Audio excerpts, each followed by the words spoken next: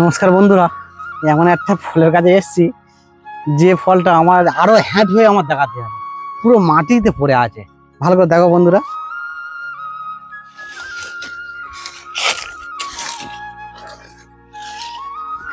এটা হচ্ছে কাঁঠাল।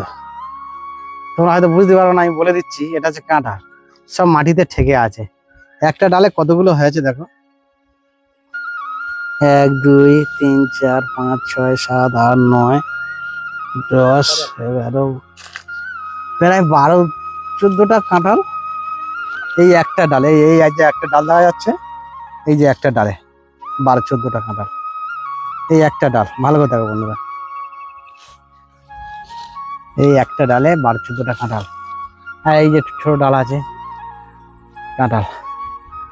তাহলে আমি বন্ধুদের বলি, কাঁঠাল গাছে যদি উল্টো পাল্টা ওষুধ মারো তাহলে কাঁঠাল খাওয়ার সে বছরের মধ্যে ভুলে যেতে হবে।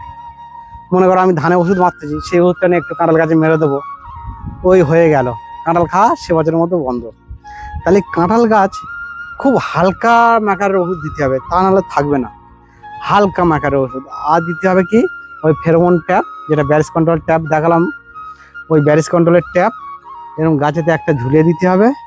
আর ঠিক ওই যে কাঁঠাল ধরে আছে, থাইমিথাক্সান যেটা পাওয়া যায় ছোট প্যাকেট, 20 টাকা করে নেয়।